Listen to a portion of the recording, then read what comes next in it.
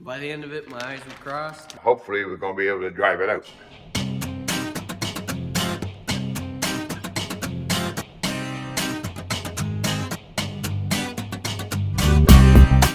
We had no wiring for the ECM, from the cab to the ECM, so this man decided that he would build it, and it turned out perfect.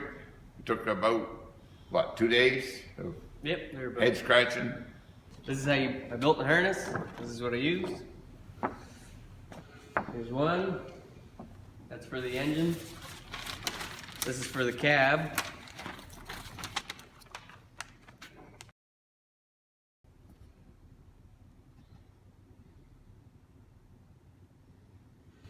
By the end of it, my eyes were crossed and Nerves rattled. Frayed. Yep.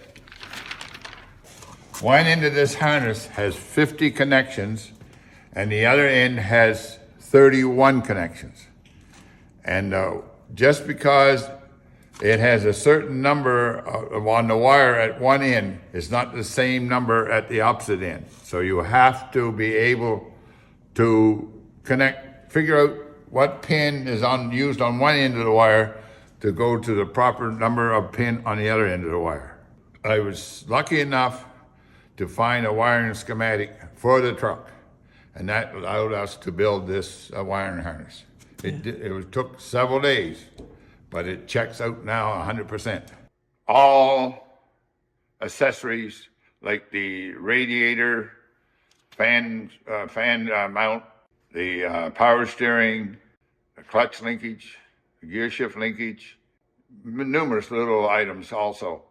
The wiring harness from the cab over to the ECM, or the engine control module, had to be made. Could not be bought anywhere in the world. I was on the phone for several days trying to find one somewhere. So we took some pieces from an international truck and other pieces from a Dodge Ram and made them together and made a harness that, according to our scan tool, is exactly what we needed. A lot of times we do build stuff in order to get stuff that's not available anywhere.